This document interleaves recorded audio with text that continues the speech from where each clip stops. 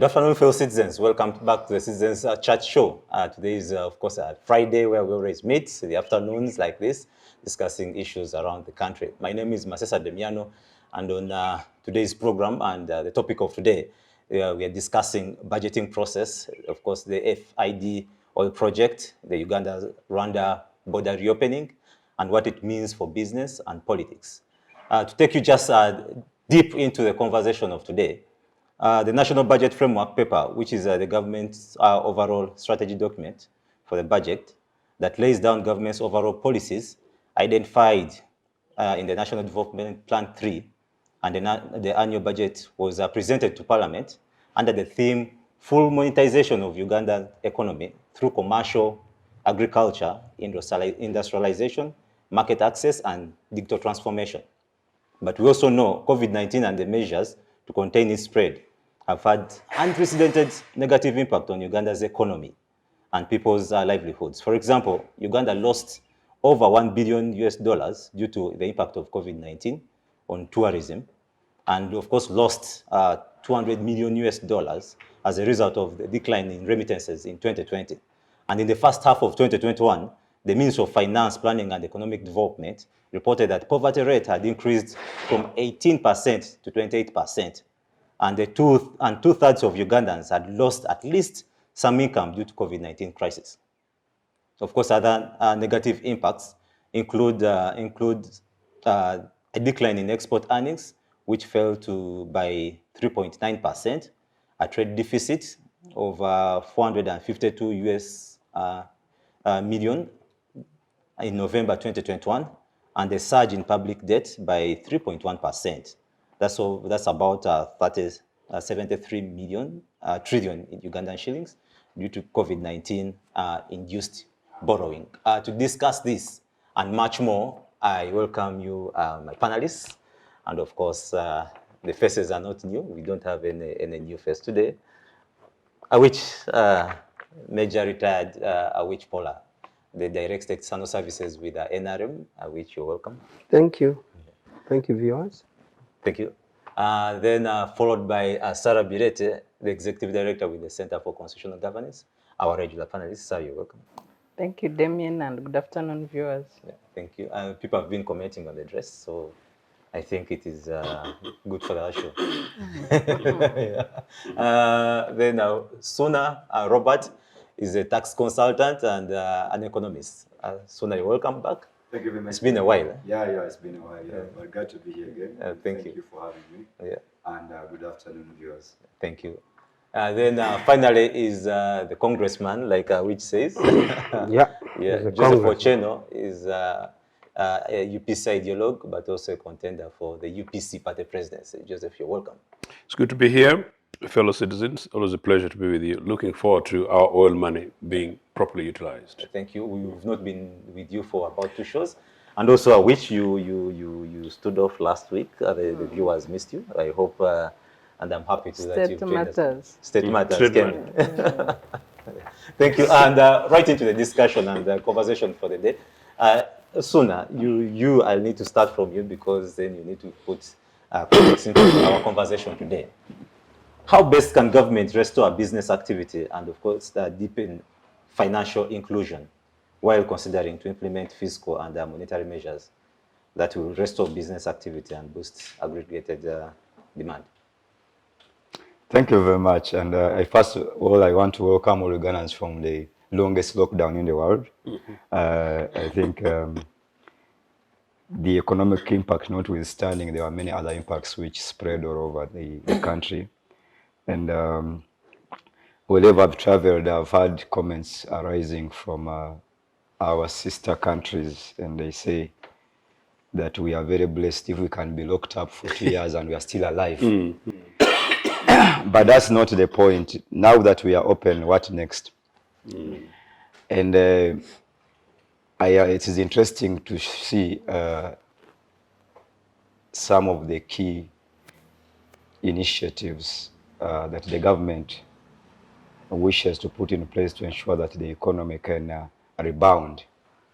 And as an economist, I've always told people that even without telling us anything, once economic activity resumes, there is a possibility there will be growth somehow.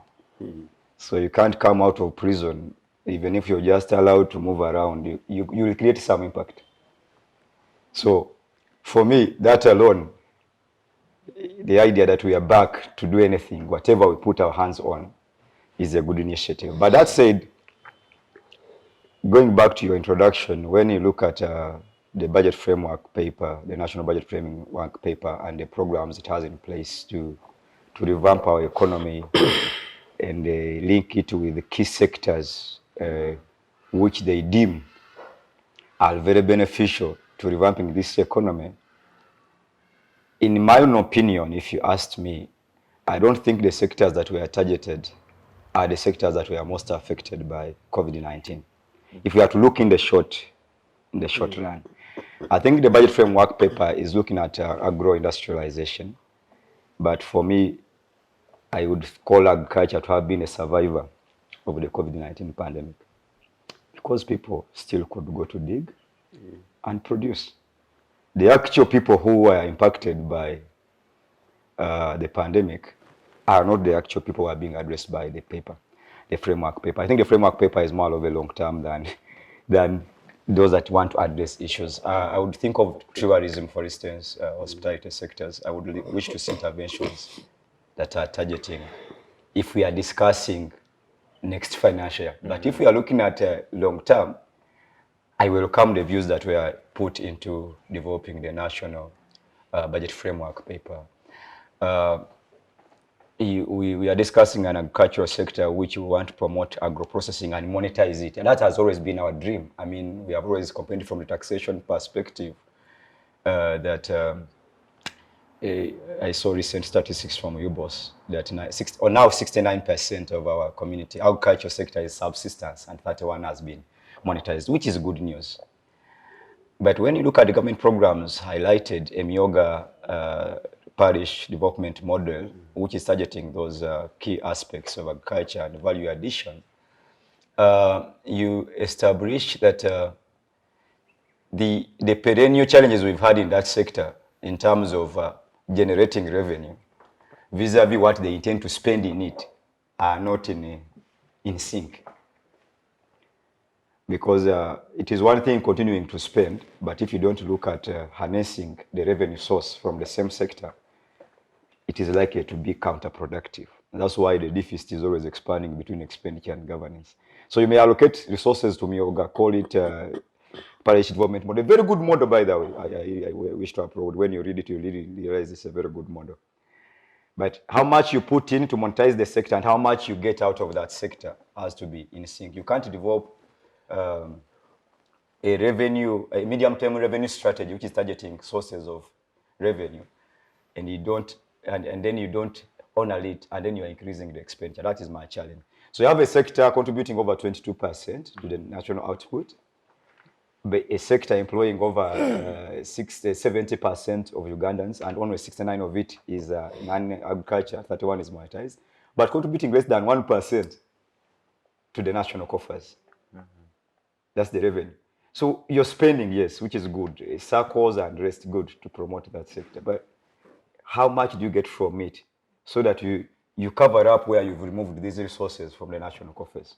So I would like in the future to see that whereas we are monetizing the agricultural sector, mechanisms to generate revenue from it should also be put in place. In 2018-19, when a 1% withholding tax was introduced on agricultural supplies in excess of 1 million,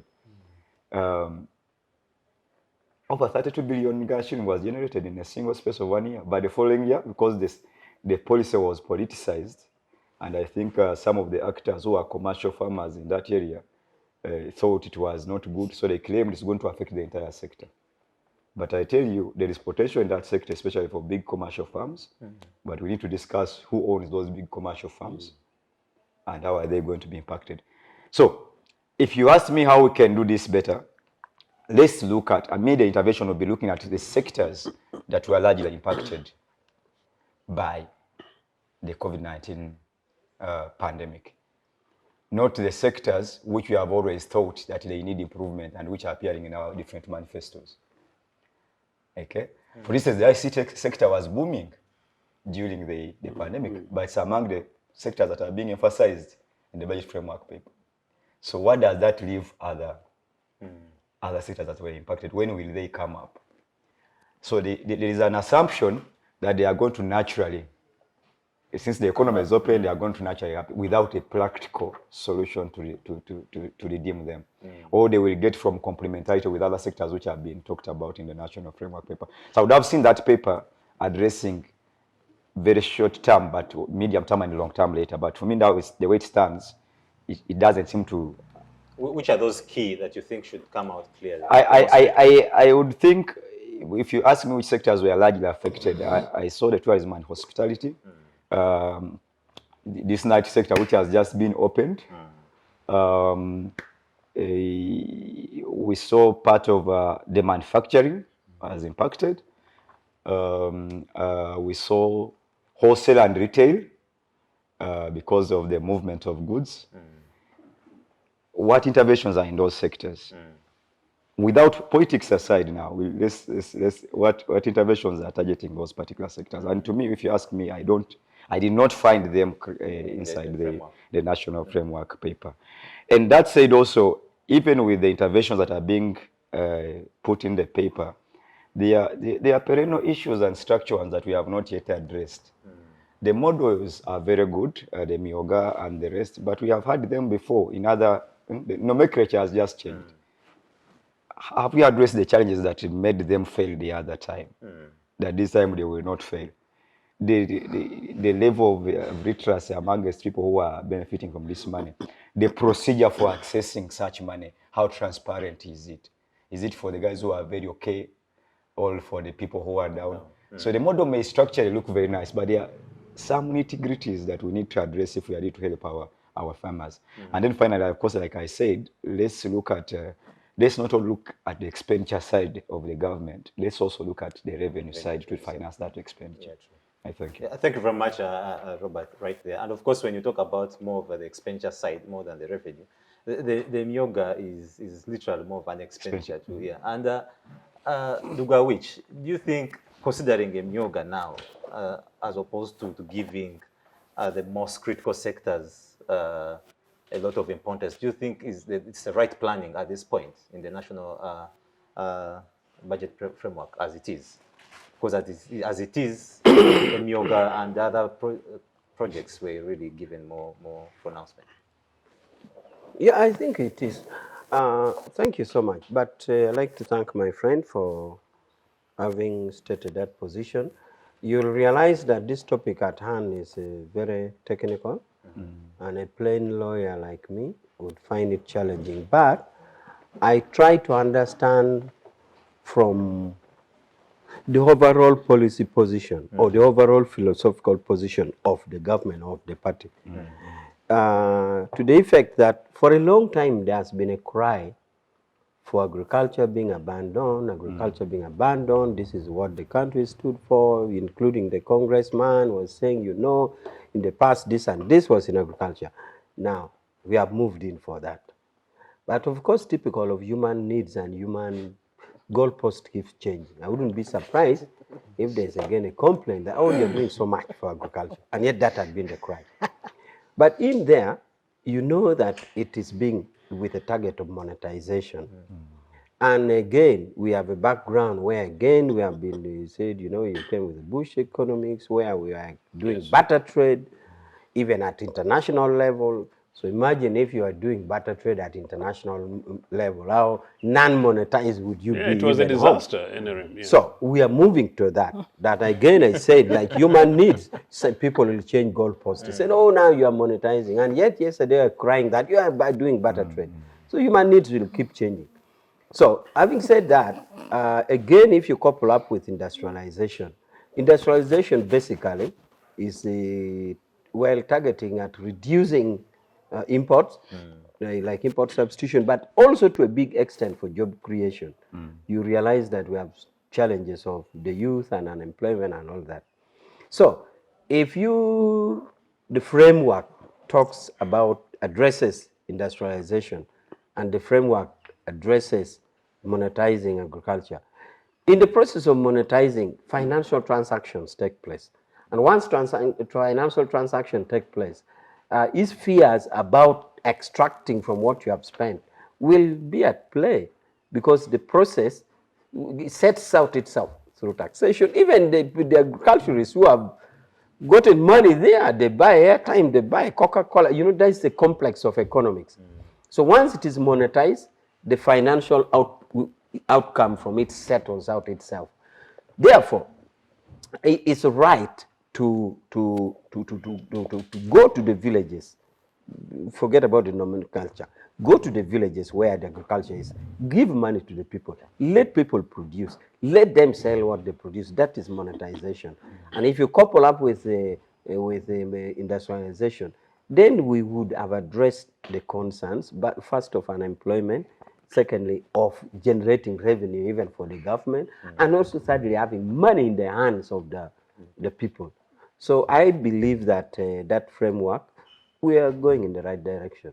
Yeah, interesting. Sarah, according to Awich, it says that agriculture, if we really focus on agriculture, at the point, if I can pick him rightly, it would have a trickle-down effect on some of these most affected sectors that Ssuuna tries to talk about. Do you think that is the best way, where you see government will restore business and, of course, deepen financial inclusion?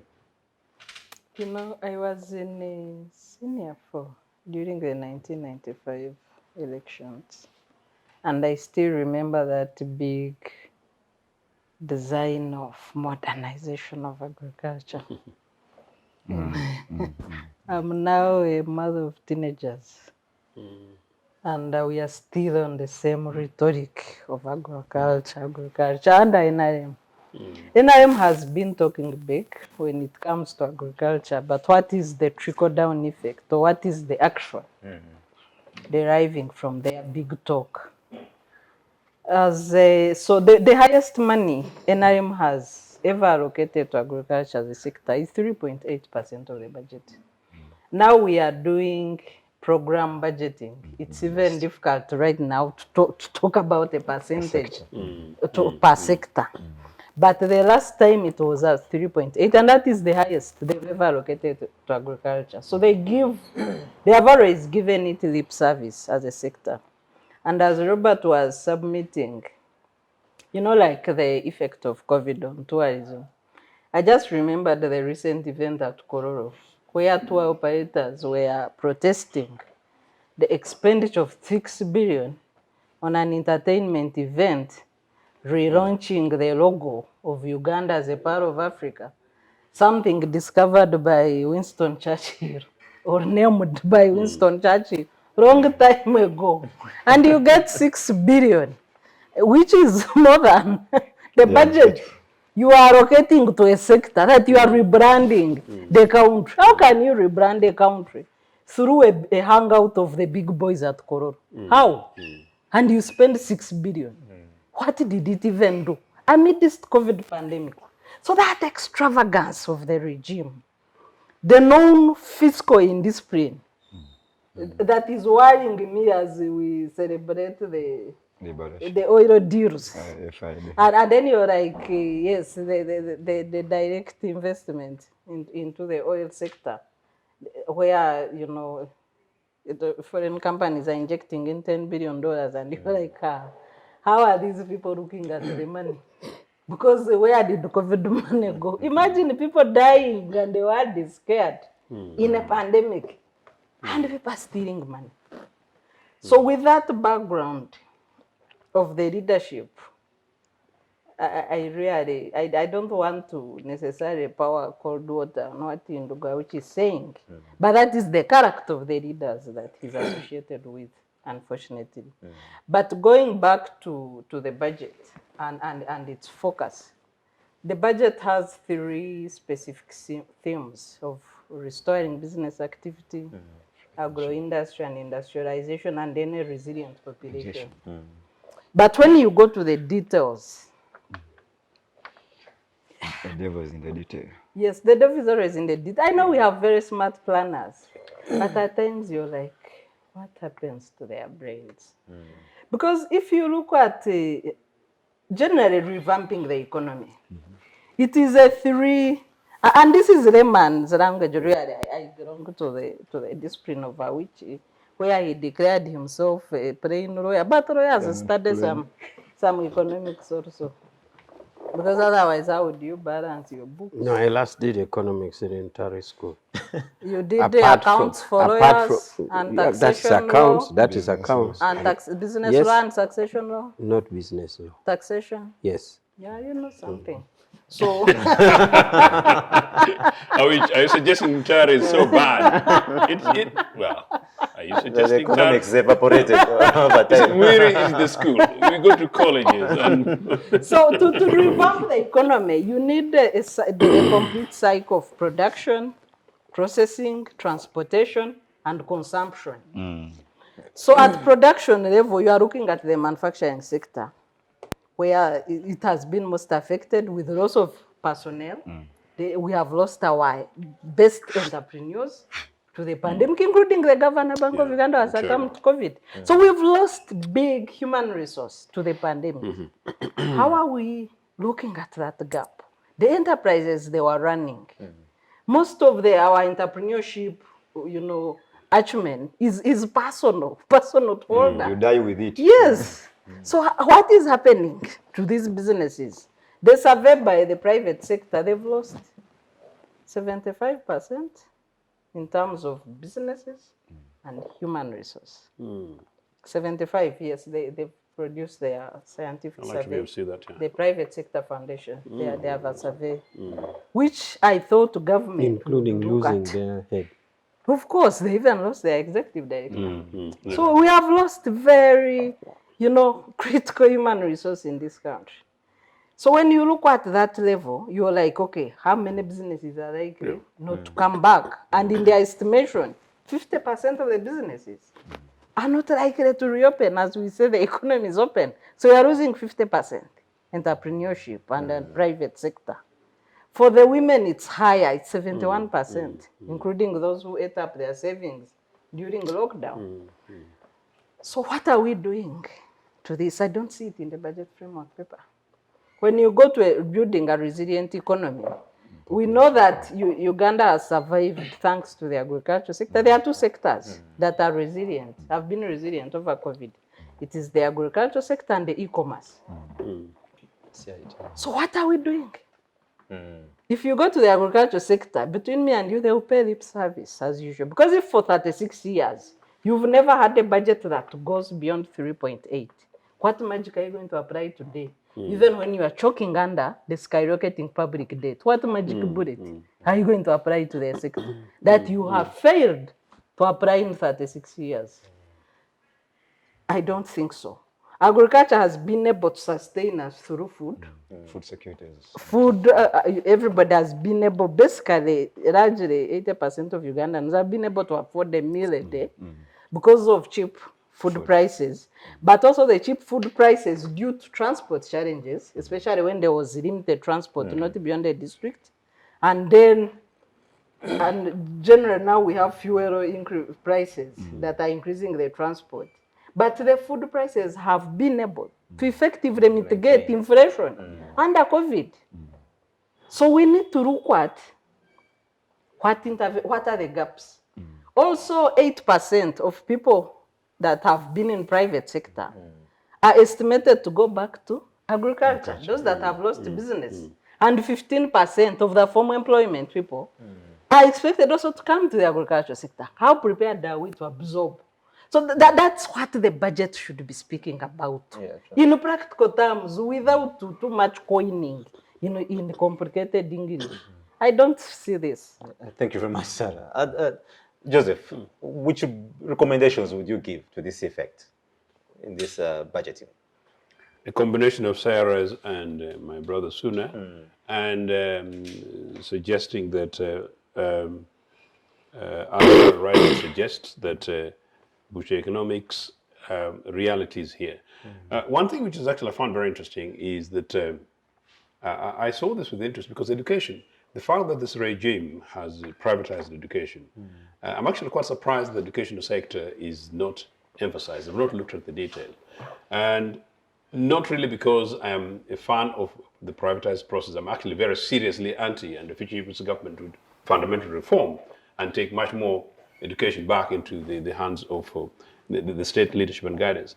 But simply because the sector, but now by and large, imperatively, employs many, many people. I had many teachers inbox me, including people whom I didn't know, say through Facebook, because they were broke.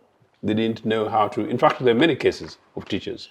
They didn't know where they're going to get their next meals per day. I mean, for the day. I had a very particular case of a teacher who were actually a couple of teachers, and without prejudice, they're from Western Uganda. And I happened to know the guy only in passing. And I happened to know that they had two children, relatively young children. And I was really, really touched. Now, that is that. Whether or not they ever considered or thought about, neither here nor there. And of course, these are teachers in private sector. But that said, it's just interesting, Sarah. The agricultural question is really not because there is something that we need to clap about. It's simply because of the fact that actually we don't need to rebrand this country, because we are the luckiest country on earth, because we are the Pearl of Africa. We're the luckiest country thanks to the allocation in terms of the equator. We're the luckiest country because we've got 2 seasons. We're capable of having 2 seasons. Exactly. We're the luckiest country because once I found myself away from here to Nagongera, I was able to live by and large safely for 2 months, outside even my big gardening kind of stuff, because you saw bits of these tiny little things. Actually, even the non-marketized element, and you survive. And really, that's actually one of the reasons why, the primary reason why the agricultural sector has been doing well. But that said also too, the commercialized element of agriculture, as it says, is not only about few of the big guys, but bring down to this localized new parish model thing.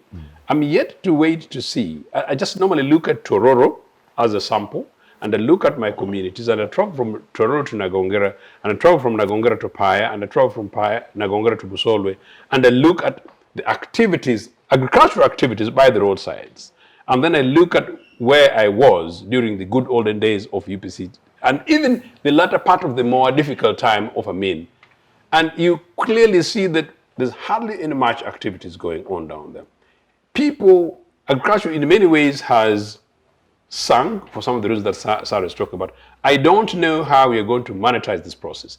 But side by side with monetizing that, one of the things that addresses your point about how little we get from this is because cotton would send many of us to schools those days. Organized coffee would take people to schools. Surplus granuts in my family, who ate less than 10% of what we produce, would create money in this case. And they're formal, and that could be exported. That has sunk. Simply because a few individuals, and particularly without prejudice, in particular corners of Western Uganda now have 5 farms, and then they do and make to produce this again. Particular individuals, of course, as I say, make these other things. It actually dwarfs the relative comparison, because the average person from the West and lower continues with the agricultural process. Buganda has actually by and large sunk. North and East, neither here nor there. Those are some of the problems. That is purely with the agricultural sector alone. No, I think, Sarah, part of the problem is, as you said, it's a question of leadership. I genuinely don't think that this regime plans to successfully look forward what interests the nation states. Money comes, and the decision is, how do we allocate this to make sure that it sustains us to the next game, rather than address some of the core deficits. And when it comes to the question of deficits, in terms of the day-to-day needs of the people, it is much more about less of what we're going to have a net impact on productivity going forward, but much more about either to silence a few people in patronage, or in many cases, simply to have an accidental progress going forward. It is extremely disappointing. And then finally, sorry, you mentioned this in passing, I want to repeat. Where did most of COVID money go? Where did most of COVID money to mitigate some of these situations go? Because those are two elements. 7 trillion was classified. Precisely. Where did it exactly go? How did the ordinary, average rural citizen of this republic benefit from this? Nobody is able to give us answers. Final point. Marketization of agriculture. Those good olden days, our leaders thought and gave the cooperative movement a deal. So they Market stabilization. yes, and it worked. Price. Today, the village NRS system is going to say that we're going to inject, 1 billion shillings to West Pudama, and we're going to give it to a few people. I don't know how this money is translated. In many cases, some of these things are actually going to go back to people saying, well, I've got my 100 million shillings, and I can begin to go and begin buying maize. I'll buy maize from Masesa, who has got 3 farms, and I'm not going to go to the garden. Whether that's what's going to be the outcome of it, I don't know. I haven't studied it very, very much in detail. In principle, people are saying yes to it. I'm extremely cautious about it. I am a big government person, and I don't really believe that this thing about decentralization. But he told you he read it. No, he read. Good. No, that is his opinion. That's his opinion. I'm just trying to tell you that I'm really not sure how it's going to work. From a big government UPC perspective, I'm actually not quite sure it's going to work. Yeah. Interesting, Ochieno, right there. And you talk about, of course, budget deficit. And soon I would want to bring you in there. We've just agreed that the policy paper is okay. The framework is okay. The details. Yeah, the details are okay. Yeah. And No, the budget. No, the details framework are in problematic. They're problematic, yes. but the outlay is The okay. details, yes. But now, towards into the year, we always have issues of supplementary budget. Yeah, and I'm sure that will come up at some point. That's financial indiscipline. Yes. How do we mitigate that fiscal indiscipline? That's what my sister was putting. I mean, it is one thing putting something on paper, it's another following it up. Yeah. Why do we have that's why even they tinkered with it regarding the oil revenues, and I was not happy about it, but no choice. The Public Financial Management Act, which we believe is a very nice act. I'm not a lawyer myself, but when you read its intention and objectives and the provisions therein, you really realize that if people were to adhere this, the fiscal discipline and the Charter on Fiscal Responsibility itself, you realize that if these things were really adhered to, we would not be in this mess. Because this supplementary budgeting behavior is a typical, it shutters down the need for the Public Finance Management Act. I mean, why do you need Actually, it's useless to have a budget. We can say every quarter, state your needs and we look for money. Exactly. Because every quarter there is a budget. Like in a family. So for me, it looks like looks like an architect who will give you the plan for your house, and then midway around the window there, he comes and tells you, you know what, we had underestimated. You see, now this is not supposed to be a bungalow; it's supposed to be a flat. I mean, you've already made your budget quantities. How do they call them? A bit of quantities, and you've made. And then someone comes and tells you, sir, you see, this was meant to be like. It is totally indiscipline. I really don't agree with that supplementary. But no matter the needs, I mean, if I used to quarrel with that thing when I was still in the government, when we were presenting a budget framework paper, and then their issue we used to call unfunded priorities. And I said, if it's a priority, why is it unfunded? Even the nomenclature. They would present the Ministry of Finance and indicate what we call unfunded priorities. If it's a priority, why is it unfunded? Yeah, true. So I really don't understand. I've never understood that whole behavior, and I don't agree with it. I think it is indiscipline, and it's the one that expands our fiscal deficit.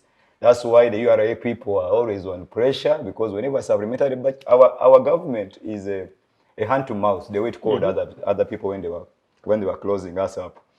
It's a hand to mouth government. If URA stops collecting money in the next 3 months, and we deplete our reserves, which are now about 2.5 months in the central bank, we are in trouble. So we can't do a 2-year lockdown that they put on people. Exactly. So what happens is, let me compete into Awich. The supplementary budget, regardless of the priorities it wishes to address, exerts pressure on other actors beyond those who want the money, including the people who are mobilizing. It comes back to the point I started with. You can't have an expenditure plan without how you're going to resource it. It is misbehavior even at a personal level. I mean, if your incomes are always outweighing your resources, you will always be indebted. And that's why the cycle of debt will continue to grow. Behaving like a big boy. Yes, you behave like a big boy. So. About this supplementary thing, ideally, we would have wished a country, and that you can't get even if you talk of Owen. Owen was the man in the UK in the past who formed the conception of a dream island called Utopia. Okay, the Utopian economy. Utopia was Mr. Owen is the one who started Utopia, and he thought because of the Industrial Revolution suffering, Owen said there was a country in an island called Utopia. People are living so happy. Everybody's nice. He's by the way, is the one who started the nursery school. Owen is the architect of nursery school, where there's early childhood education. So he thought the world would be that good and that smooth, that country. So even if you talk of Utopia in the terms of Mr. Owen, ideally the idea is that we read the national budget, execute it to the dot. Okay, that is the wish and the idea and the dreams of all of us. But in real practice, it is not possible. And that is why in the same act is citing, there's a law, or even constitutionally, there's a law which provides for allowance of supplementary. It only limits some level. The caps. So why is it that it is envisaged in the law? Because in all jurisdictions, whether in Kenya, South Africa, UK, wherever, it will always be there. But they don't become formalities. They're not part of regular formalities. That means you don't have planners. Yes. So what happens is that we shouldn't look at supplementary as being satanic, or even look at supplementary as being NRM thing or a Museveni thing. Supplementary is a philosophy in economics which says that it provides for an envisaged situation you didn't envisage, including vehicles for RDC. And it is provided for. The issue is here. It is recurring. Over. The abuse. Why do you always have these unforeseeables? The abuse. You have planners. Yes. It's an abuse of No, it is an envisage. Okay? It is not seen, it is not foreseeable. And that's why it is provided for in the law, and that's why it is lawful. And our legislators have the mandate to say you have surpassed this level. So what I'm saying is that please, ideally supplementary is a good thing, it is lawful, it is in all jurisdictions. Not only Uganda, it's not in the And no one has said it's not. And we've agreed at that level. So now the unforeseeability it creates this scenario. Now, how often it is, or to what gravity, it's judgmental. To the person who is in the... But clearly evident anyway, isn't to it? the person who is in the steering wheel, the person who is supposed to run the country, the person who is seeing the people are faced with this, it's okay.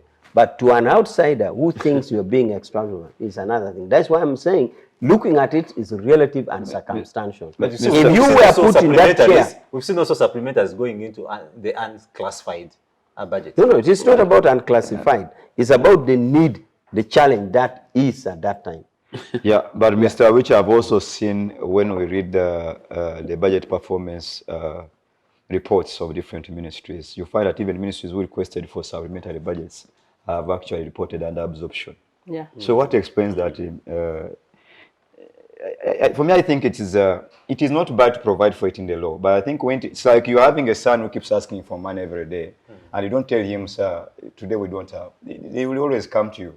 It's like an open basket, and so it is subject to abuse. No matter the caps. I'm not so sure about ministry which asks for supplementary. The reports are available. All I know is that there are some ministries in the regular budget. In the regular budget, you find money is provided for districts, for example, under the Ministry of Local Government, and you find that at the end of the financial year, these districts are returning money to the treasury because they have not used it. But if you look at it clearly, these districts didn't get those funds and supplementary. If there are ministries which get it and fail to use it, of course, you'd find that they meet challenge of technical capacity, which at the time of request, they had not Anticipated. But that is bad, of course. So requisition clearly for planning, national supplemental, planning issue, isn't planning it? issue. Yeah. And then just, if you don't mind, just briefly, I know you wanted to come in. No problem. You know, Machale, when we're actually talking about education as a missing link, I really thought about it too. That one of the reasons why education is important, it really needed also to have been linked with skilling, which actually links some of the points that my colleagues were trying to talk about. The fact that we actually lost so many key people.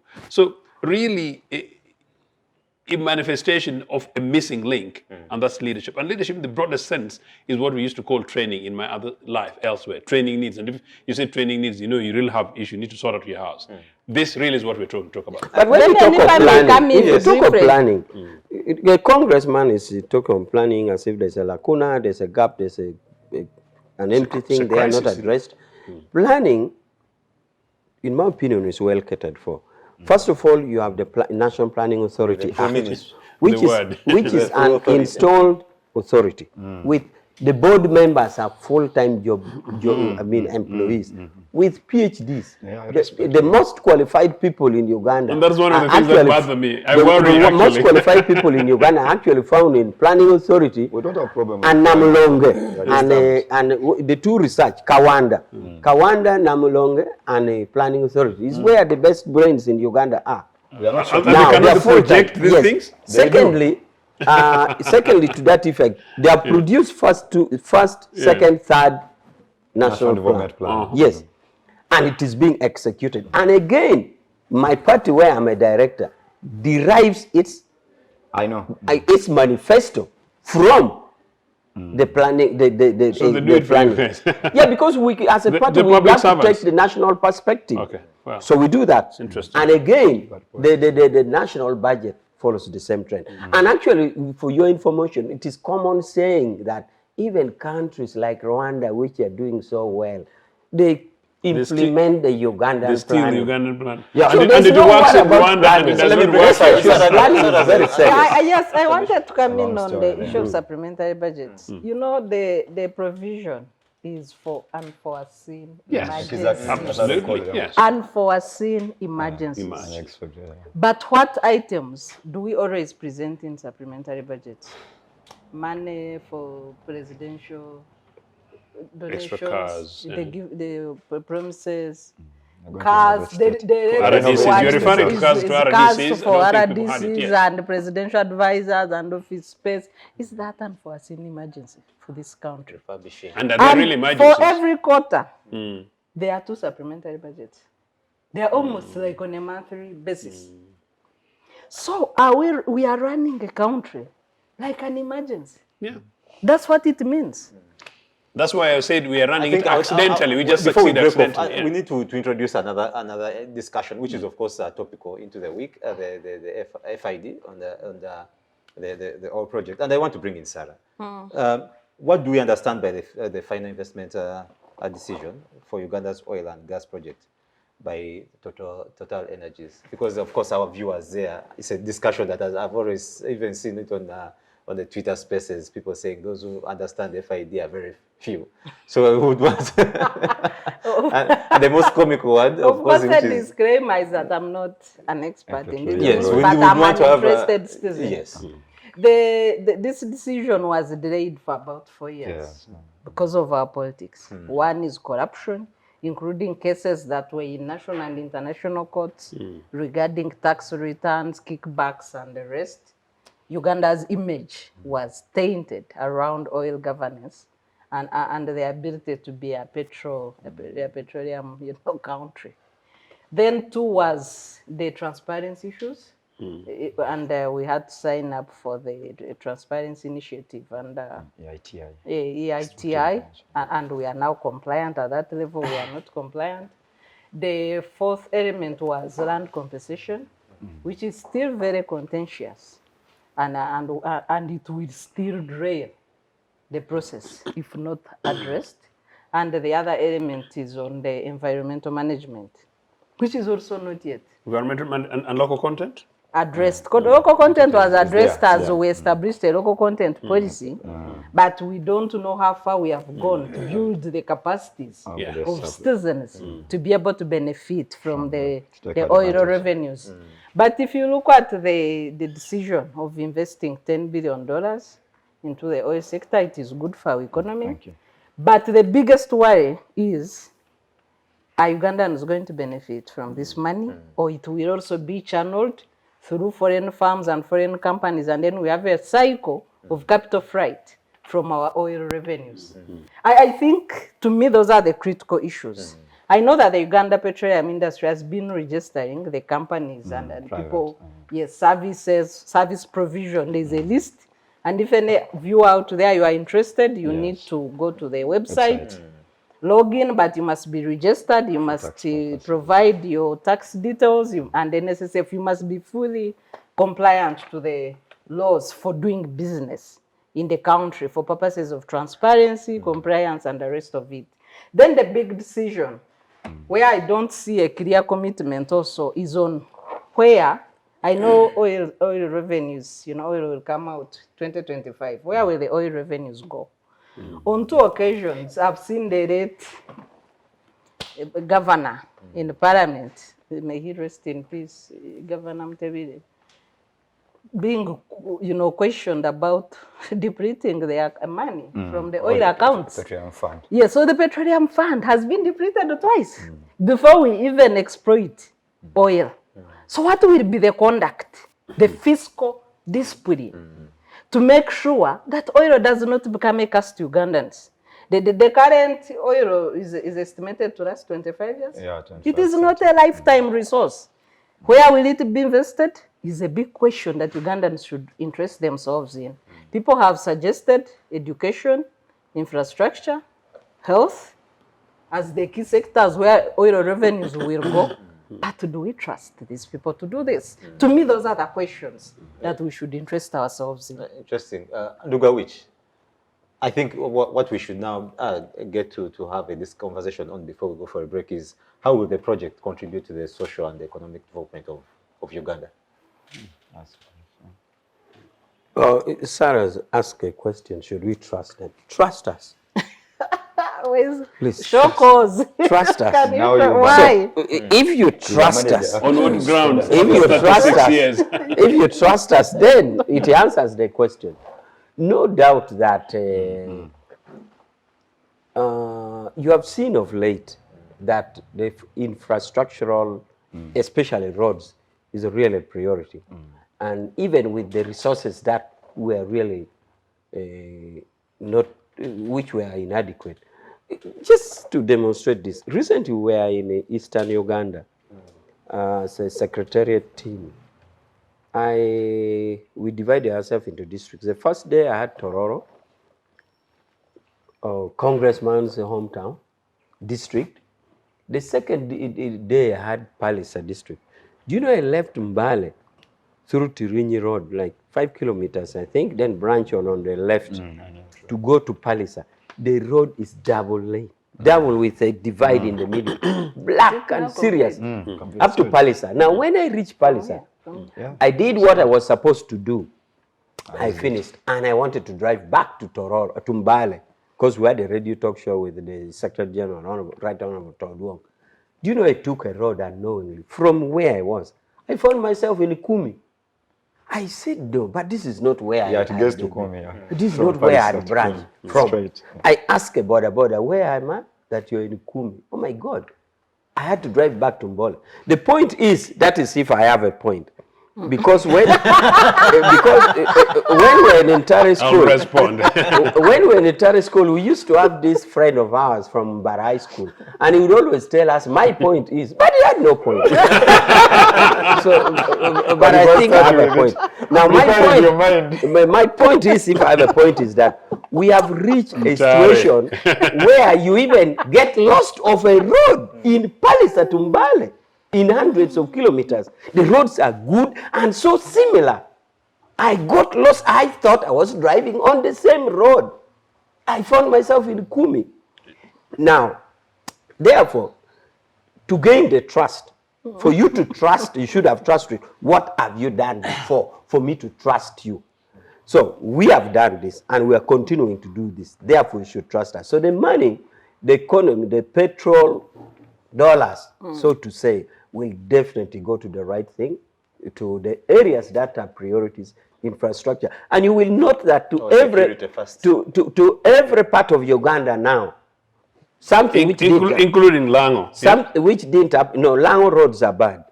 They are bad, and I know in the fora that I'm with the president. It's shambles, actually.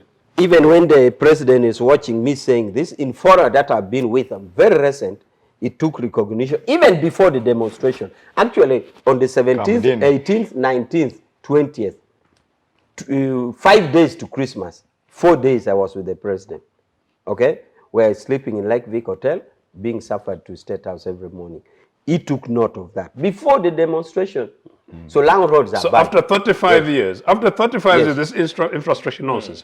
After 36 years now, 35 kilometers of road in Lango. That means NRA has been building 1 kilometer of roads in Lango every year. That is shambles. Number two, the Palliser thing. On my return with Jim McKenna in 2005, I went to Palliser. We got stuck. Coming out of Palliser, a minister, I don't know whoever it was, actually a minister from Palliser at the time, got stuck between Tirinyi Road and Palliser. I went on national now radio. It is golden. Indeed, I went to national radio and television and raised the matter in 2005. That it is being done today, when it's a road that UPC had planned to do in 1989. And failed to do. No, because of course you guys went to the bushes and then 4 years later you're in town. So you came in 1986. So it's a program you should have taken up, just like Jimmy was telling, thanks to Tumisime Mutebile. You should have done it really, even in 1989, you should have done it more than 20 years ago, quickly. You went to Tororo, my Tororo, Nagongere Busolwe Road, up to Tirinyi Road. It's a road which is in shambles and we're preparing maybe to do another mini one. A program has come. The same road, Sarah, which was supposed to have been done 1989 within... It's not done. That one is still not okay, done. now, let me finish my point. My point was that, and I'm sure I have a point. My point is that infrastructure in place is now there, and that should gain trust for future actions. Yes. It's a reaction, but we have, and like before, there's no border district that is not centrally connected by a tarmac road. There's one here in the southern part of Busia, the one your party president used to exit the country. Is now which was due to have been done tarmac around all the way. Time. Yes. You have the three tarmac from Kenya. You were left back. Sudan is connected.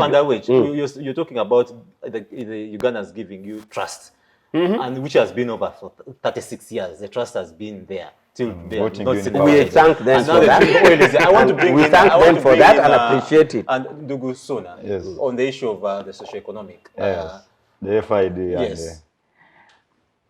I think to combine the views by Mr. Awich and Sarah, to me, if you ask me particularly, and I've always said this when the Mr. President gives us the reference mark of 1986, whenever he's commenting, that if I put this book here for 36 years, there will be change, even if I do nothing on it. Yeah, dust. There will be change. It will be change color. It will. That is your addition, but that's an example. I have no doubt that with the FID signed and commercial exploration of oil, exploitation of oil coming to Uganda, that Uganda will remain the same. It can't. There must be some change. Even if we are to receive, so we believe. Even if it will be there. As a matter of reality. As a matter of reality. Even if we will run less distance. Even if there are crumbs of oil, whatever, there will be what? Some change. And with the infrastructure that is going on in Bunyoro today, if you go through, there is already what? Some hotels are coming up. There is a Chigumba Technical College. I mean, airports in Kabale. Airports in Kabale. There is something that is coming up. I mean, we can't avoid that change because of the nature. Oil prices notwithstanding. So for me, that is a good opportunity, and we should approach Uganda to reach that level after so many years of stalling. Now, and of course, to come back to Sarah's idea of there is this intertwining of the companies that are involved in this exploitation, especially Total Energies, are susceptible to tax planning globally. Multinationals will always not invest where they don't gain.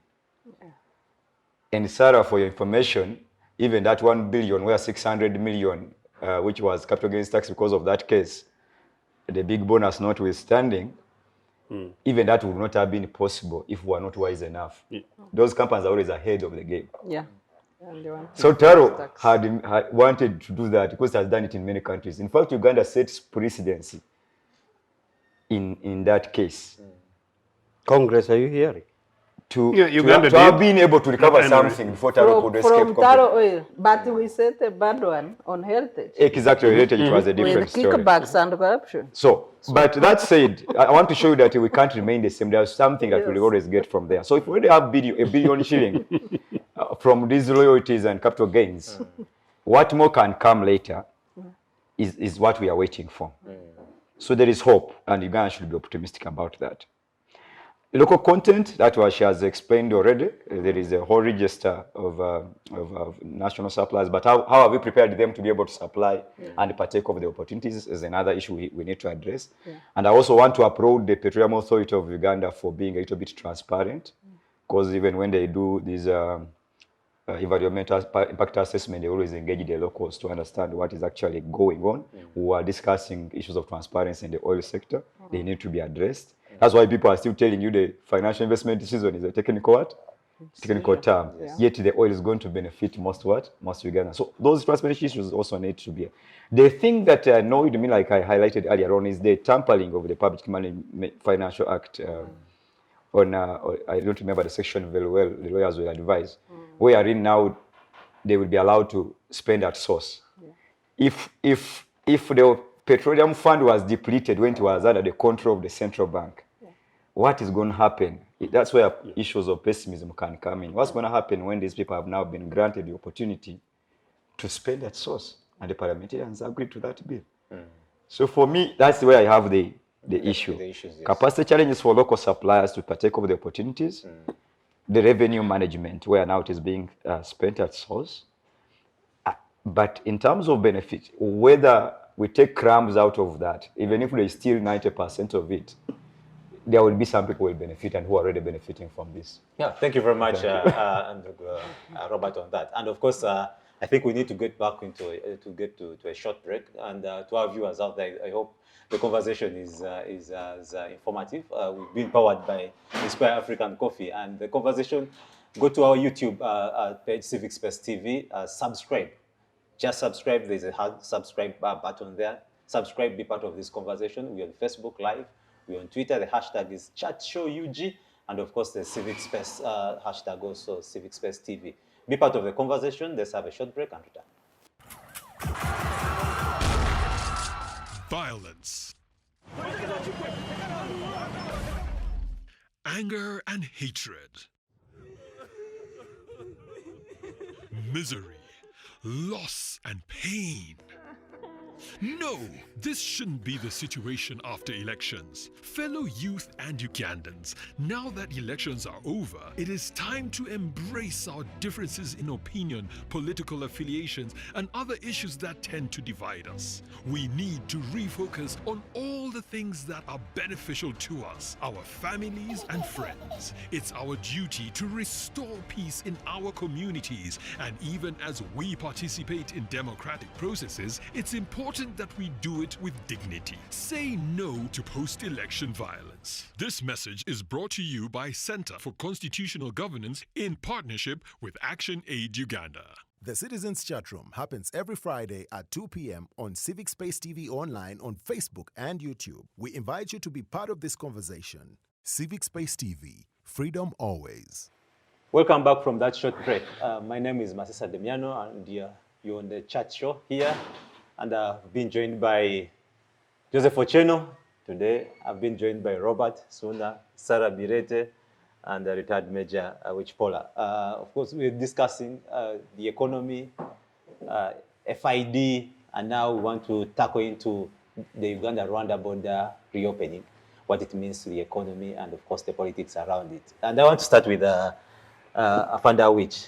this is your people into this reopening. Is Uganda, of course, and the Rwanda border conflict a national conflict, an individual conflict? Because then we didn't see any institutional involvement in this process. Well, as it manifests itself, of course, it is a matter between Uganda and Rwanda. But even if you want to go to the nitty-gritty, I think even the Second World War had an ingredient of, was it the first or the second, where there was a killing of the Hungarian prince or something first. So normally, even matters of global importance or international may have personal individuals, because we are the actors. It doesn't come in vacuum. So, but all said, it's a matter between Uganda and Rwanda. And I take close look at it because I participated in some resolution of a kind at some stage. I did something simple, but the two heads of states know it. As a director of foreign... No, before that. As entire After the friend. Kisangani clash of the two armies, as a chairman of Ntare School All Boys, I came up with a plan and said, I'm going to invite the two presidents for a football game. People laughed at me and said, what game are they? How can they come when they are fought? I said, Ntare School is a mother. When the sons fight, the mother is not concerned. So I wrote two letters, one to President Museveni, one to President Kagame. They both replied almost at the same time. Kagame said, I will be a goalkeeper, so I don't need uniform. A goalkeeper has his own uniform. Museveni replied and said, give me number 9, bring for inspection. We took it to State House, right at the gate, and handed it over at the gate. Said, this is uniform for the president. And the football game came. We were in Kacheka in Ubara. I put the old boys in one team against the school staff, because we couldn't play against children because children are young. They are still having fresh hearts. We couldn't play the two presidents against each other. It would look like Uganda against Rwanda. So Kagame was a goalkeeper, Museveni was a striker in the same team. They played with the school staff, whether cooks or potters or what, but they formed the school team. It was good. And that match... Did you finish the 90? We finished the game. Now, of course, in the game, I know, Sarah, what she's insinuating, but that is not for now. But in the football team, there's always substitution. Yes. So you don't play. That is a game. If you are tired, the coach, the coach replaces you, and that's the mandate of the coach. Yes. But the game ended. Who was the coach? Where, the captain was Akabwa Stephen. Akabwa Stephen of Election Commission was the football captain. So Akabwa was the captain, and the judge was late principal judge Tato Goba. Yeah, he's an OB, rest in peace. So he was a referee because we knew he was an OB who was a senior judge. Okay. Of course, the Karokora were there, but Karokora didn't referee. So the game went on well, and everything was settled. Without the foreign affairs going for peace talks, you know, the foreign affairs, how they do it, the directors first talk, the directors of the countries, then they go to the permanent secretaries of the countries, then they go to the Ministry of Foreign Affairs of the countries, then they go to the head of state. In between, lots of dollars would have been used. But I used it in the football pitch. I didn't use even a coin. I did it and sorted it. And later on, we went to Rwanda for a dinner in Serena because we are building another Ntare school in Rwanda. Without money? I went with 6 buses of the All Boys, and we did fundraising, and the school was $9 million. It's complete now. So this is to the effect of what I did personally as chairman of the All Boys. But there later something else came. Yeah.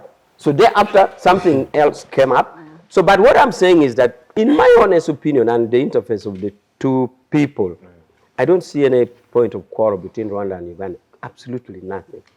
We are the same people. Yeah, that's the point. We are one people. And Sarah and I don't think anybody wants an inch of a territory in the other. So I really, since my intervention in the football game, I've really wondered what is happening. But all said and done, the data will show you that a lot has been lost in terms of revenue for both countries, and so much has been done in damage, which may not. It is invisible, the unseen effect. But it's bad for both countries. And the opening is good for both countries. And I think it is my wish that we never revert back if we really open the border and put up the relationship. And actually, it makes me think that we should make another all boys visit again. Although we this time we couldn't apply it because the situation looks more complex, the situation looks more hostile, and we didn't. And I thought I'd done enough, so I didn't do it again. But the two countries are the same. It is unfortunate for whatever happened, and I therefore call upon actors who are there to really act in the best interest of the country, not the best interest of individuals. Interesting, Awich Polar. And sir, I want to bring you in. Is this really a personal? Because we saw, of course, an individual of General Muhoozi walking into Rwanda. First, he tweeted that there's a tweet he made that really showed that there was something happening. Then he went there, visited as an individual. I would want to say, does that mean that really it has been really more of a personal thing than it is national? You know, we've had a minor conflicts between Kenya and Tanzania as a country. Kenya, it's normally trade wars. You see the fisheries being captured on the lake, and immediately our teams engaging. You are on this side engaging customs on the other side, and it's resolved. Or if it's not, like the issue of eggs, you see ministries coming in, Rice, trade ministry, agriculture. You know, we've seen conflicts with other countries, and now they are resolved. I am not aware of what happened between Uganda and Rwanda to cause the closure of borders for 3 years. I am not aware. I am also very certain that there has never been a brief in the Parliament of Uganda on this conflict.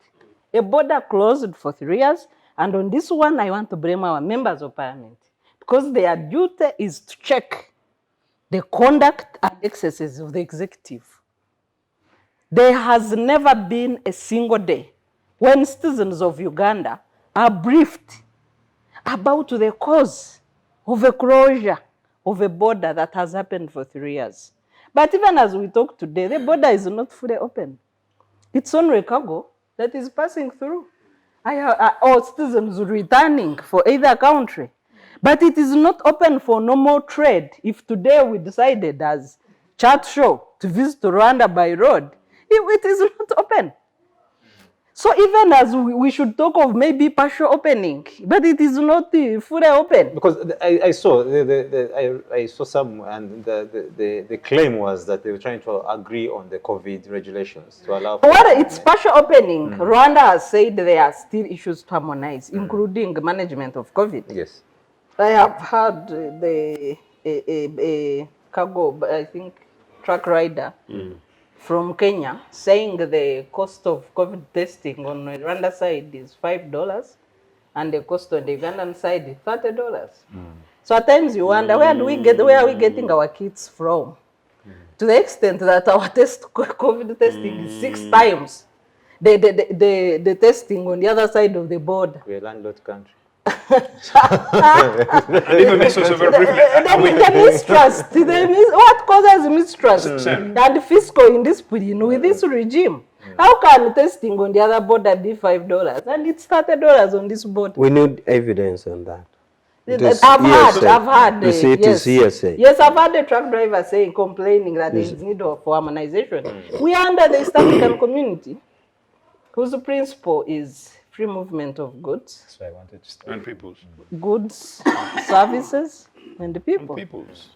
The other principle is the peaceful resettlement of conflict. I also want to blame the East African community. I think it has become a club of big boys. If it could not resolve this issue that we don't even understand as East African citizens. Why are you blaming But which boys? of the other leaders? No. Why are you blaming boys and not girls? I know there is one girl that has joined. Yes, why are you pointing Has she fingers? made a year? Why are you pointing fingers No, on at that all point the boys? that you've reminded me, I wish to congratulate Tanzania for they have a female head of state, and a female speaker Fantastic of ladies. parliament. Yeah. Fantastic ladies, yes. We are She didn't really resign? happy with them. The newly appointed speaker is a lady. Yeah, and she defeated 10 men in the race. So we need to congratulate the sisters across board. So, Thank you. But the meaning of hanging out with the big boys does not necessarily refer. To the boys, yeah. Because who hangs out with the big boys? So, Sarah is here with us. She's holding. so East African community, really, it is a shame that they could not resolve this matter, which we do not understand as Ugandans. So that speaks volumes. If we don't understand the nature of the conflict, what type of conflict is it? Then at the end of it, we see institutions being ignored. To me, it was painful to see Honorable Carol Yem, as quoted in Sunday Monitor, saying that the president had to deploy his most, MasterCard. Who is Genome Hose? What institution is Genome Hose? Was he representing UPDF? Was he a special envoy of the father? So Henry is Was busy just eating our money at foreign affairs. No, but I don't blame him. Remember, he was a babysitter. They have that history. But it is very wrong. It is very wrong. What institution is he representing in this conflict? And what is the nature of the conflict? And who is he? Because the last I checked, he's a serving officer who is prohibited from these engagements constitutionally. So what is he? No, but honestly, on this issue, the president, the fountain of honor, has the prerogative to appoint anybody an envoy for a particular Was he task. appointed? Even Sarah. Was he appointed? For that day, for that mission. Is that an Even instrument? Sarah, So he even can Sarah. send- he can Is tell- there an even- instrument? So can you tell a serving soldier that talk Is there an politics instrument today or it was still for half a informal? day? Politics, as you are saying, is competitive politics in multi-party sense. That is the one prohibited. And I by know the you guys army. don't believe in But these are multipartyism, and you diplomatic don't even missions. recognize. These are Is there diplomatic an missions. instrument? I need So to now, understand something. no, what I'm saying some of is these that missions be a verbal, president like with representation be verbal? yes, So it even is contract can informal? be verbal. Even So contract can be it's verbal. an informal appointment? So I'm saying the fountain of honor has the prerogative, the discretion to appoint an envoy anytime. And once you appoint you can, even if you were in a group of ministers, as a leader, you can be a leader. Even Sarah, That if we she know. wishes, We can know, be. but there must be What an is so instrument. special with appointing Moses to Answer, go for sir. a Can mission? you trust an instrument? Me and you are lawyers. Are you discussing rumors here? Where is the instrument? But you are equally discussing rumors. Thank you. There's only rumor that because we went to Rwanda, Let me you bring think in, Bukele Robert, reacted. Robert, what's your take on this? Because you had something you wanted to submit on. No. I will not discuss politics because The economy of The it. economy. I will discuss the economics, but it's very difficult to delineate economics from politics. Oh, yes. In fact, I have one of my former professors who told me, he's a politician now, who told me that if he goes back to teach economics now, he will teach people political economy, not economics. That's a different story. But I will start from Sarah, where Sarah stopped. I mean, in the spirit of what we call the East African community, for me, this was not called for. Explanations notwithstanding, we don't know whatever caused the trouble. But we are looking at countries which have highly respected leaders in Africa, including one who is the chair of the African Union, closing a border between themselves. And East African community is a model regional economic community because it has in terms of levels of integration, these are the deepest level to a common market now. Thinking of even political federation, that's on paper. So which example are we showing? Now that we have even talked about the African Continental Free Trade Area, which was signed in Rwanda. Are you disconnected? It was also signed where? It was signed in Rwanda, the African Continental Free Trade Area, which is deemed to be a silver bullet for our transformation and integration in terms of trading. So you have the East African community, which is preaching to be highly integrated, closing a border between two good countries for 3 years. What picture does that paint to the overall African integration in terms of trade?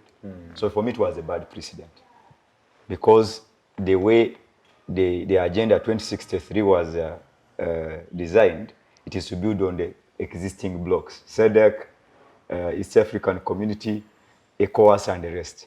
If one of us who is deemed to be heavily or deeply integrated shows these signs, what picture does it paint for the future of the entire Africa integrating? So maybe that's the first question to discuss. And when you see even the example she's giving of some non-tariff barriers that we've been experiencing between us and Kenya, us and Tanzania on rice, which have been resolved but not fully. Now the Rwanda case was not explainable. You could not tell us what exactly happened. Yes. And it exists for 3 years and it cannot be solved at that level. Involving two leaders who are highly respected leaders in the region, the Great Lakes region. What picture does it show to the African Union and the overall spirit of integrating and promoting trade amongst African continents? When I was seeing the African Continental Free Trade Area being signed in Rwanda and finally ratified in 2020, was it 2021 last year? I was like, why is it signed in Rwanda when we are even still close between us and Rwanda, which sign are we showing these people? But like Sarah said, they are blaming the East African community for not resolving That's such the a thing. principle of the treaty. Okay, you're trying to showcase free movement of goods and services and people. So it's like you have the person you honor very most, and he's the one who is causing trouble in it. So what example do we show to ECOWAS, AMU, and the rest of the countries which are not yet at our level? So to me, that's the challenge. It was a bad precedent, and I'm happy that I hope it is finally resolved, whatever mechanisms. In fact, I'm a Rotarian, and I was, when Awich was speaking, this is a month of peace and conflict resolution in Rotary. And I thought if he was in my club, we would have awarded him for managing a national conflict through a football game. Yeah. International conflict through a football game. But that's a story for another day, but I congratulate you on that. Maybe you invite him for 1 hour. We can talk about that later. So, but for me, that's the one-way challenge. We set a bad precedence today on Mukagogwa East Africa and Mukagogwa Africa, which is supposed to maintain free movement of. And this thing is happening clearly. You can see even I worked in Kenya for 2 years, but I was renewing work permits. Yeah. I mean, I'm Kenya in East has Africa. maintained I would reach the rights. immigration and I tell them I'm an East African, I'm entitled to 90 days. Don't ask me how long I'm staying in Kenya. And the man stamps 90 because I became tough. So what spirit are we talking about of integration? People who actually Ugandans who work in Kenya every 6 months, in Tanzania, it's they worse. have to drive to the border to come and get a stamp. You see? So what Yeah. spirit, and this is the East African community is the model in terms of integration. So what precedents are we setting for others? That's my submission. And I think for me, very briefly, I would want to start with where Sarah was on the question of the legislators. Sarah, you can't blame these guys.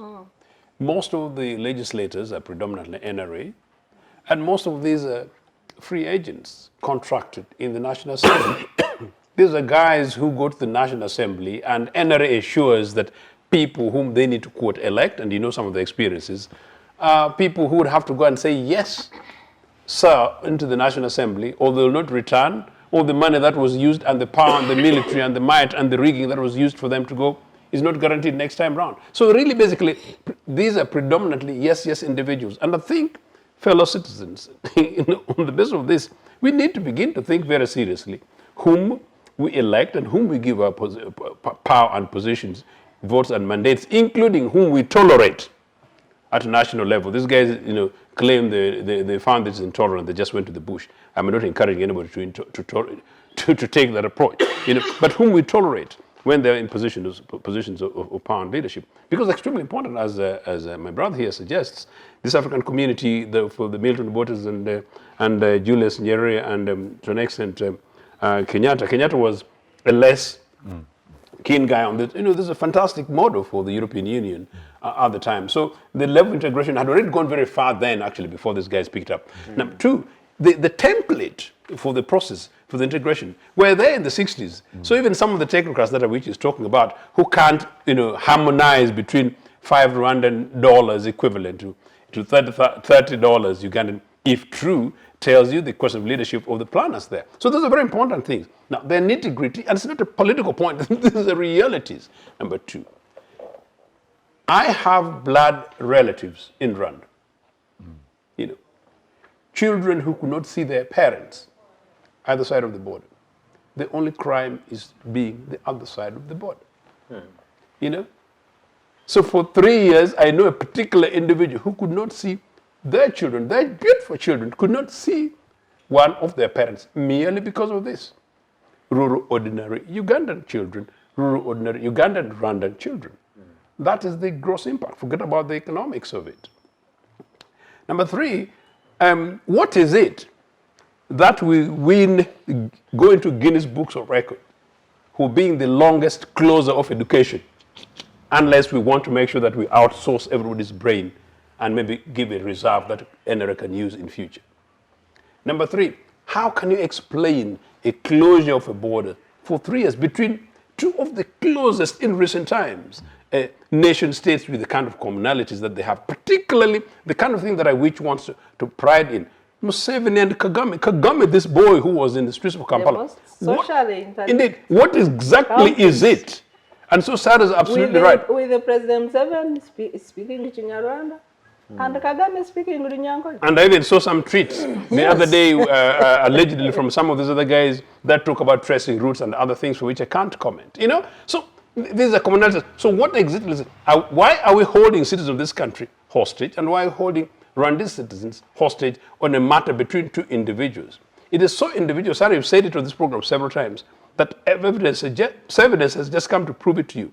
That Museveni, instead of sending his foreign affairs minister, you know, sends his son, tells you that this is a matter between two individuals, between the ego between Museveni and Kagame. I don't know what this funny thing they did in the bush. They better sort it out, you know, because bush, 40 years is too long, number 1. Number 2, that the fact that Museveni sends his son, and overnight the son was a serving military officer, and the following day, the issue is partially sorted. But so actually, the general himself said that Kagame is the uncle. So meaning this is really fun. So why did they indeed? So why did they take 3 years? What is it? What family dispute was it?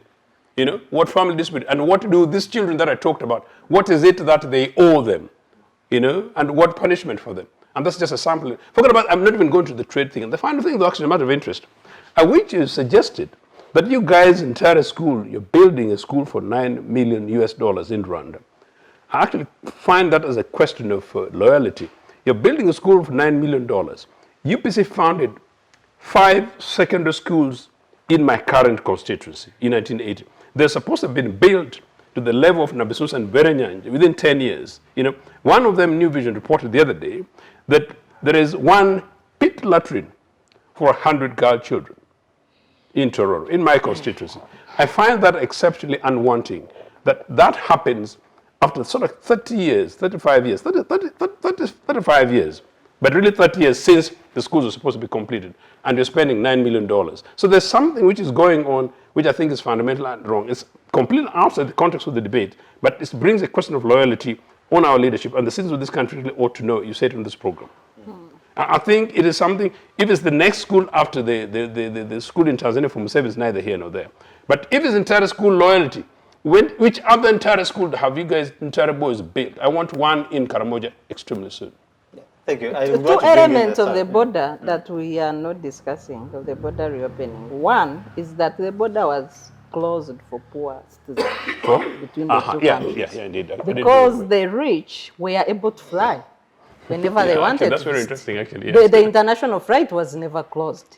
So there was income segregation in terms of people affected by the border, which is very unfortunate. Because if the matter was serious and the border needed to be closed, even flights from Entebbe to Kigali should have been suspended. It's very important. Interesting. Yes. The second point is that Rwanda is warming up to host CHOGM in June. Yeah. The CHOGM blueprint is clear, blueprint, right from UK. You can't amend it. You must have open borders with your neighbors.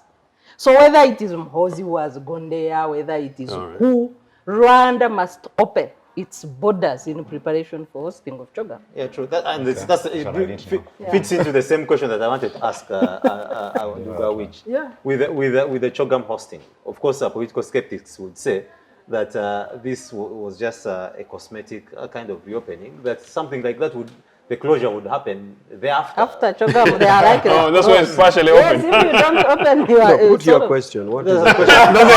Is it that CHOGM preempted? Make the point. Had really pushed for the reopening?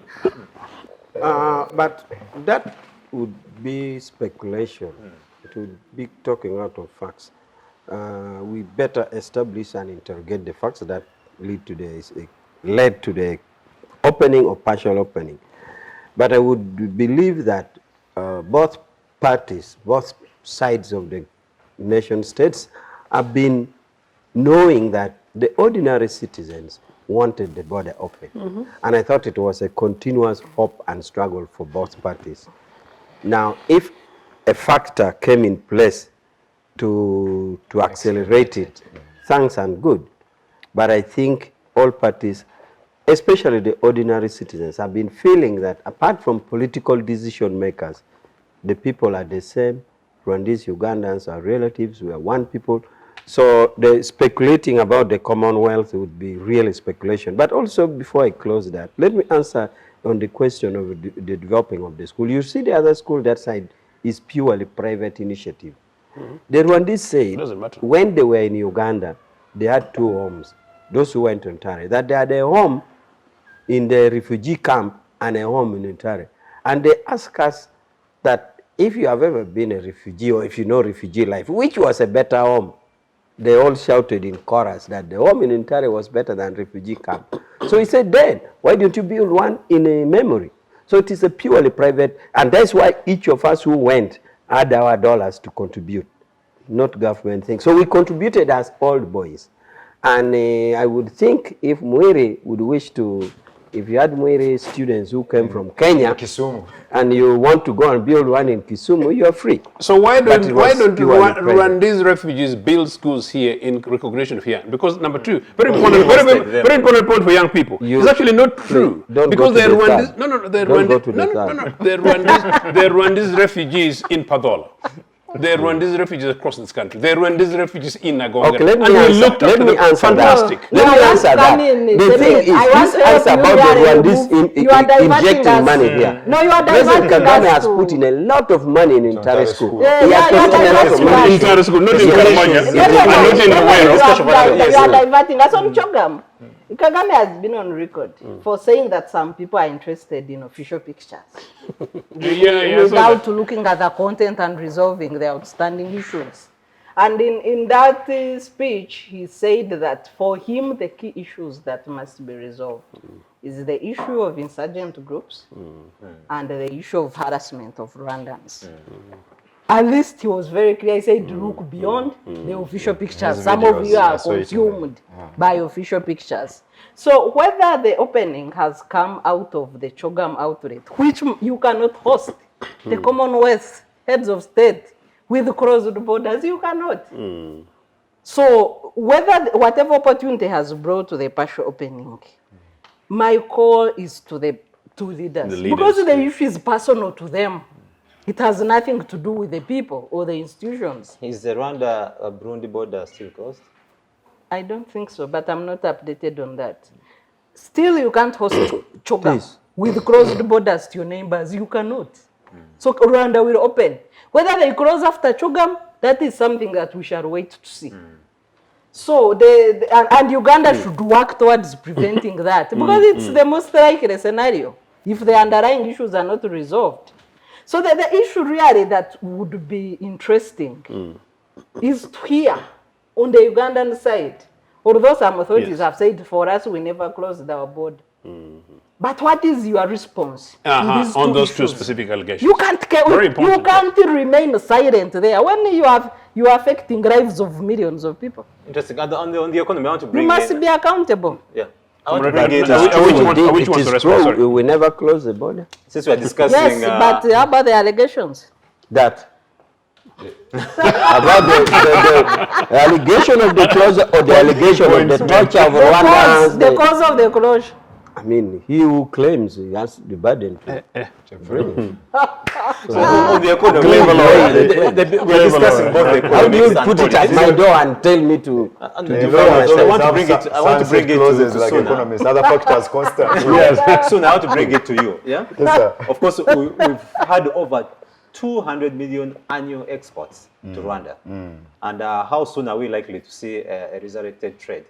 But also, is there a risk that some traders have already rerouted their to other markets? And of course, I want to say the risk is also possibly domestically being replaced. The risk of being domestically replaced by other suppliers also is something that I would want You see the bit about the East African community, there is what we call in economics complementarity of trade. I'll give you an example of Kenya. When you get the top 3 source countries for our imports, Kenya is among, the other one is India and China. But when you get our top export destinations, again, Kenya is among them. It shows you that what we send to Kenya, they need it, and what they give us, we also do what? Need it. So that's what will determine whether people are rerouting or not. And also the issues that are involved with the transport costs between, because we are talking about a land border. Is rerouting a best option for someone to reroute to South Sudan as compared to Rwanda? Rwanda was known as the most safest route and most profitable in terms of margins for traders who are going through Mombasa, through Busia and Malaba and Kigali, compared to the insecurities in DRC and Sudan. So you can imagine those losses. So I don't think a wise business person would be interested in, no matter because they could do it for business purposes in the short run, but this has been 3 years. I don't expect that they completely closed up their shops. They could have rerouted to take care of continuity in business, but I see when the border opens here, even those who had sought rerouting are supposed to come back. So I still find it a most profitable route in the East African community for a rational business person.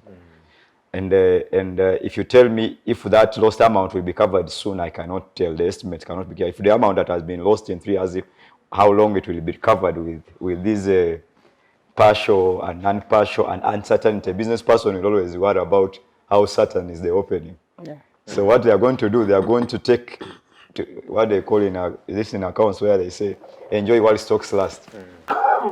But they will trade cautiously. Like she has been telling you, if they close after Chogom, what happens? So they will tend to divide their means to see how much do I route through Rwanda and what I take to others. That's also now become a very unsafe route. Exactly. It's not as safe as it used to be. So I don't think that recovery will come very soon, but I'm optimistic that as long as the opening is sustainable, I will see many people who will prefer to use the Rwandan route again and be able to bring our economy back to our foots. Because what I know is that when you compare the trade statistics, Rwanda seems to have lost more than Uganda. Yes, but about because they give us less than we give them on a balance of payment calculation. So, but you see, like my brother submitted on the issue of egos, if someone doesn't mind what is even taking place, whether we lose, it shows you that it's not about economics, it's more than that. Sorry, you wanted to ask something? Oh, I don't. Something. No. It's answered it. Interesting, but also again, since we are getting into the closure, I would want us to now change into giving recommendations from the aspect of the budgetary part, then the FID and the Rwanda Uganda issue, the way forwards. I think for me, really, the budget must speak to people's needs. The budget cannot be cosmetic, cannot be an intellectual exam. It is a budget for distribution of national resources. But also, as you budget to spend, you must tell the people where is the source of the money. Our economy has contracted over the 2 years of COVID. People have lost businesses.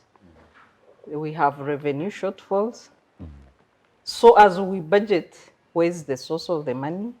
How do we make sure that people's purchasing power increases as well as increase in saturation in terms of money, in terms of people's pocket, to make sure that you have a tax base for which to generate revenue from. So once the budget is not completing that cycle, in simple terms, and it shouldn't be coined in hard English, the budget is for the people. So before you would see ordinary people listening to the budget. Yeah, they were interested. Radio. Everybody, it would become like an That's automatic correct. Yes, public yes, holiday. yes, yes. Everybody would look for radio or TV to listen to the budget. But how many Ugandans now care about the budget? It's less than 10%. Everybody minds their business and say, the few elite who are still interested, I would read. That means that the budget is no longer a people's budget. So to me, how do we make the budget a people's budget? To me, that will be the winning or the beginning point to see an economy that works for the people. Interesting. Any issue on the FID and of course the Rwanda border? The oil The investment excitement around it. must benefit Ugandans. Once we look at oil, like the other investors in Uganda who are engaged in capital freight are not benefiting much into growing the economy, then we will have lost it. So once we must all work to make sure that we keep the petrodollars in the pockets of Ugandans, either through business, where we have the local content policy, but the policy is ink on paper. People must touch it and appreciate it. Once it remains ink on paper, and for the knowledge of lawyers and a few people that have read it, then it's not working. Then it's not local content. I would like to find the grassroots women in Wirisa feeling that they are part of the oil economy. I would like to see people in Kabale, and it's not just the oil region. I would like to see Ugandans feeling that Uganda is a petro country. Once we do not achieve that, then we shall be Biafra of Africa. Nigeria, people are always concentrating on burning the pipeline because the oil does not benefit them, and it's the most poorest region in Nigeria. So I hope we don't, I hope we don't face that situation. On Rwanda, my call is to the leaders. President Kagame, President Museveni, sort out whatever it is, stop disrupting the lives of ordinary people. Thank you very much, Sarah. And Awich, you've asked that the Ugandans should give you trust. How far should they go in ensuring that that trust? Okay, that trust comes, I think, in the bullet point that I want to arrange in number 2. But first, bullet point is 1, is that the budget framework is good in spirit, and I call upon the budget executors to be disciplined and follow what they have shown us, because the spirit is good and it will bring agriculture into life and monetize it, bring industrialization, and the other aspects, the other 2 aspects. So we wish them well, and we wish the actors, even the ordinary citizens, to participate. The other aspect is, of course, the petrodollars. We should be disciplined again, especially with the law that is really giving discretion, something which looks so discretional, spending at source. So we should be disciplined. And of course, I for once agree with Sarah that I want the ordinary citizens to feel it. And then on Rwanda, I hope the old boys have seen that we have been once, we have played football, we have gone through to the bush together. We have done everything. The 2 peoples are one and the same. The person of a Rwandan and a Ugandan has no problem at all. We are one and the same people. So we should not only be seen to be opening partially, but fully. And we hope, again, all actors, businessmen and everybody else will take advantage and make sure that the people benefit. Yeah, thank you very much, Joseph.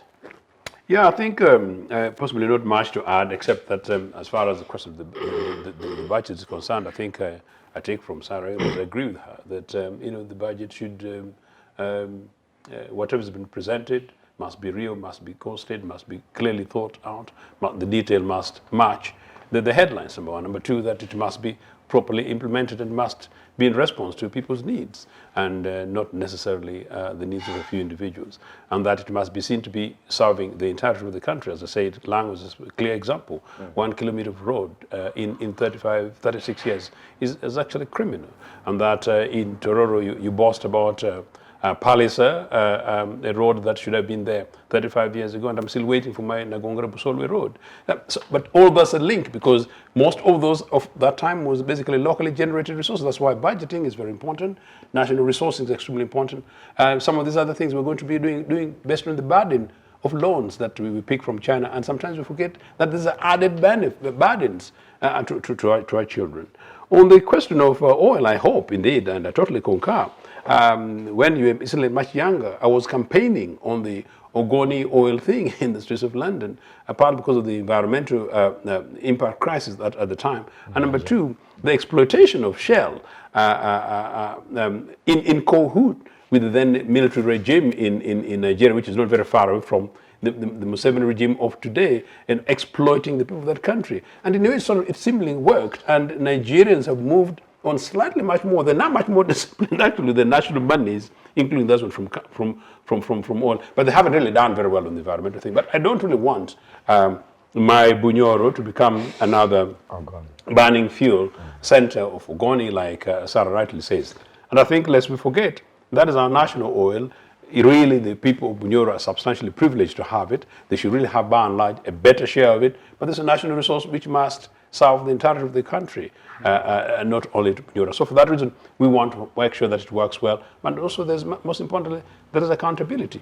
On the question of Rwanda, I said before, there can only be need for a healing process. These two men are men full of ego. They had their dubious games in the bushes, and if they could not resolve it in a football team organized by Comrade Awich, for which you can be given a plant, then what is it that we don't know? Where even Museveni's own son cannot tickle that we used to share Bujera together. So I think the sooner it's done, the better for the two peoples, especially the lower, ordinary rural people, including the people of Katuna in Uganda and Rwanda border. Those are fantastic friends and neighbors of mine. Some of them are my relatives. Yeah, thank you very much, Joseph.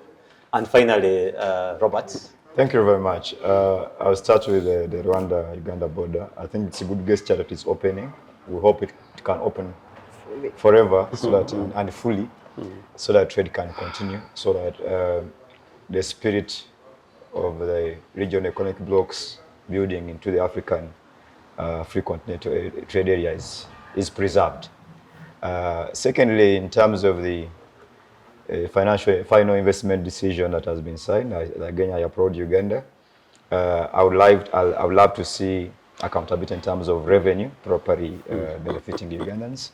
In terms of expenditure and allocation, that will be my joy to feel. Recently, UBOS produced statistics, and it showed that the projections for media are showing that we are at $945, almost getting to the middle income economy. So we hope with the commercialization aspects of oil, I think that dream can be realized faster than, because it has been long overdue. I look forward to that. And in terms of the budget framework paper, like my colleagues have submitted, there are perennial issues that must have been addressed, must be addressed before we think of the cosmetics that are in the budget and semantics in the wording. I'm really very happy to see that lately the budget framework papers are trying to be much aligned to the national development plan, which wasn't there before. That was always our complaint. You would see a very big mismatch between critical sectors and the allocations and even the wording in the budget. It would just say industrialization for job creation. But when you look through what they are giving, and then you look through the critical sectors of ICT, human capital development, which are highlighted in the NDP, they are not being reflected. So I think the direction of program-based budgeting would help us realign expenditure to the national priorities. I thank you. Thank you very much, Robert. And of course, that marks the end of our conversation today. Thank you, our viewers out there who are always stuck with us here every Friday 2 to 4 p.m. Thank you very much. And my name has been Masesa Demiano. May God bless Uganda.